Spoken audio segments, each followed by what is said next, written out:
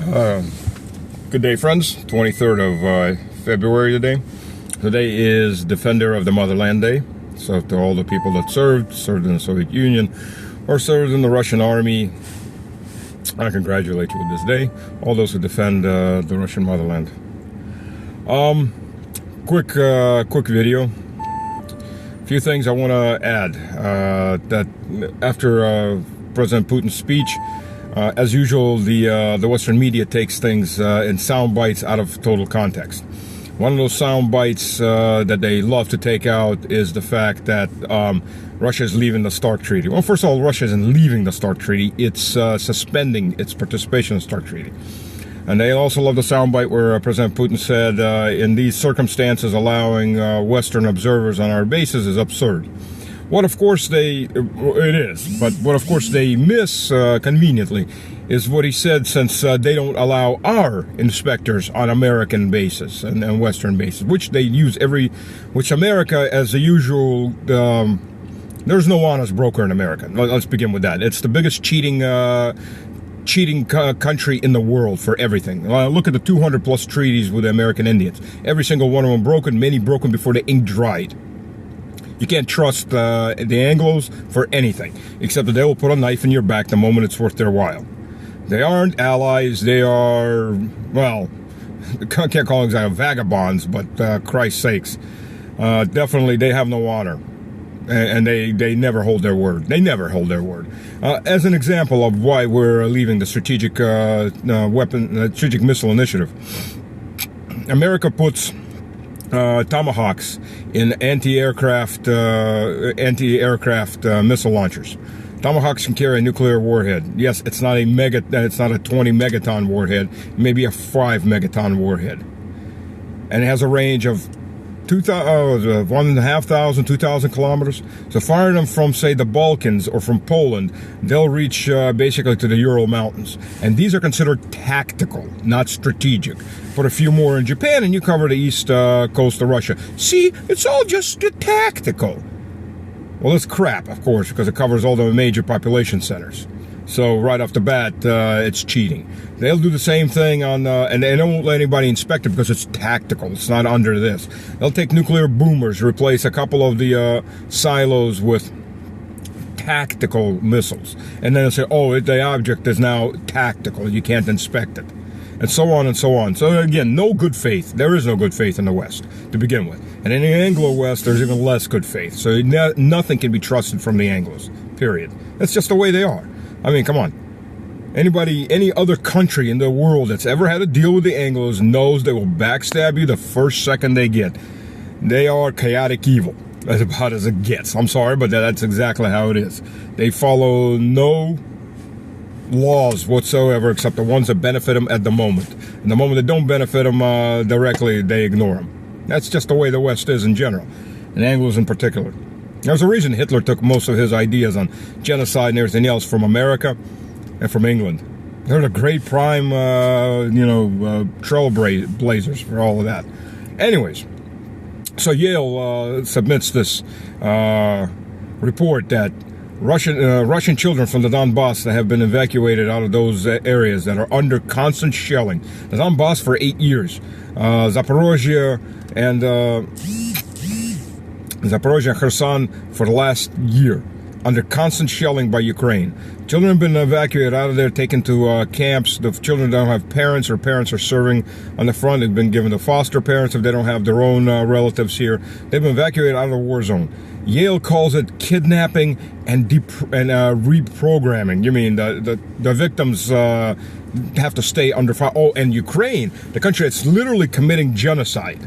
Literally committing genocide, is now accusing us of committing genocide by moving the children out of the firing range of the genocidal Western maniacs who are trying to kill them. Because let's remember, America, no other country but the United States of America is launching and aiming every HIMARS launched missile into every target. Military targets, that's one thing. That's bad enough. That means America is directly at war with Russia. Get that point. You are at war with Russia. And as Putin has said, any missiles launched from anywhere else outside Ukraine, we will retaliate to those missile bases. So you Poles living right beside those bases or serving on those bases, you're meat. One missile launches out of that, you're going to get a retaliatory strike. And then you can explain to God why the hell you were a moron. Maybe inbreeding, I don't know. But as far as strikes on schools, on residential buildings, on hospitals, every fucking day, America is murdering Russian civilians. Americans are launching the missiles, and an American cell is determining the targets. Not Ukrainians in this case. It's all on you, America. Genocidal as ever. And that was, by the way, admitted by the New York Times. That's right, last week. New York Times article. America controls all the HIMARS systems and all the missiles that are being launched, including the targeting. Congratulations, we are at war with America. I mean, I don't know how else to put it. It just hasn't been declared war, so New York is still not a burning wreck, a nuclear fallout. But so far, we are at war. That's why the Mossad, let's review a little bit of what Mossad leaked as a document. In 1 year of war, well, not 1 year, it was actually about 10 months when it leaked out. 18,000 dead Russian soldiers. 160 plus thousand dead Ukrainian soldiers. Dead, not wounded, dead. 300 something dead NATO instructors. 2,500 dead NATO soldiers. That's most of you Poles and Romanian meat puppets that are getting pushed. But there's still Americans there that are also getting whacked. Not they're going to get any veteran benefits to their families because, the U.S. government doesn't give a fuck about veterans. That's why 20 to 23 veterans a day commit suicide in America. And no one gives a damn, including the vast majority of the public, because, once you've served, you're no longer useful and no one gives a damn about you. Welcome to being a veteran in the U.S. 200,000 people, 200,000 veterans have died. And no one gives a damn. And mostly at their own hands.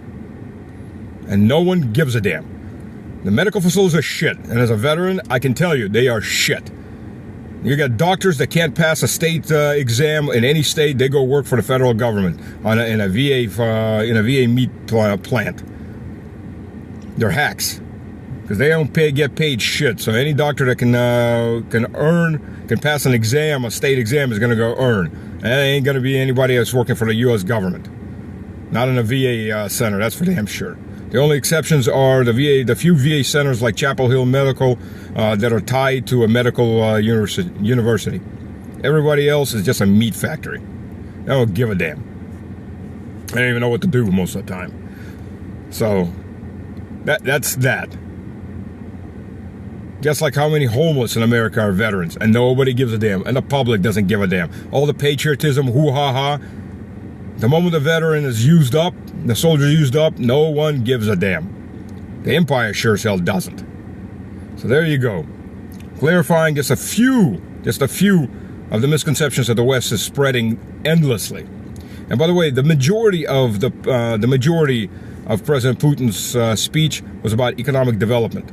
And for a country that's been torn to clutches, whose ruble is at $300 to $1, whatever Biden's handlers are telling the brain dead vegetable to say. We are developing, we are growing, and we're developing absolutely new trade paths. So we're not just trading with the East. We're trading now for the North-South. That includes the Middle East, Pakistan, India, Iran. Iran is now directly part of all the trade routes going across the Caspian. So Iran is now being fully included. Their banking system is now on a SWIFT-like system with ours.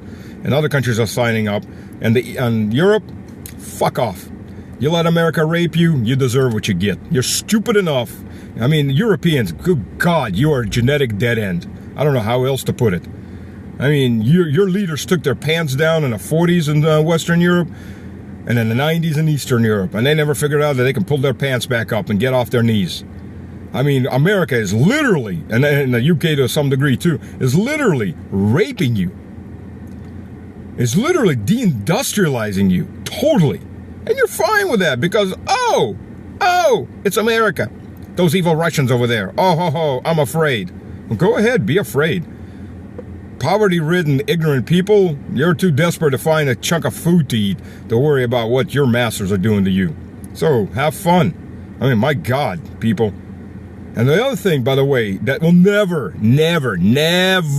get reported in the West because it's his anthem to the West.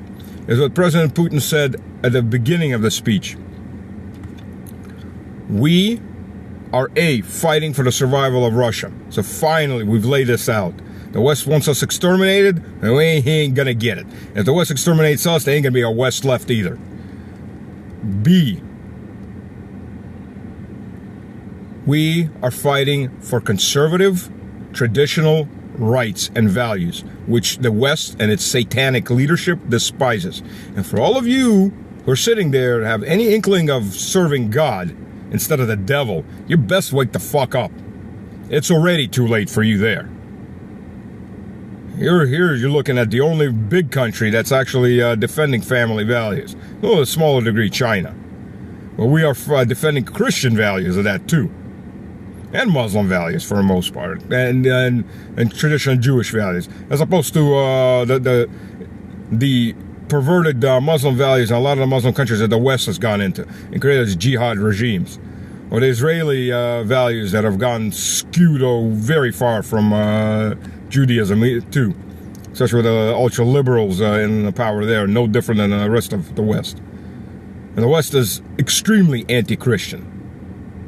So for all you Christians, if you think it's going to get better, you are fools. Best wake the hell up. Russia is the only major Western country, or major Christian country defending Christian values. We're not Western, thank God.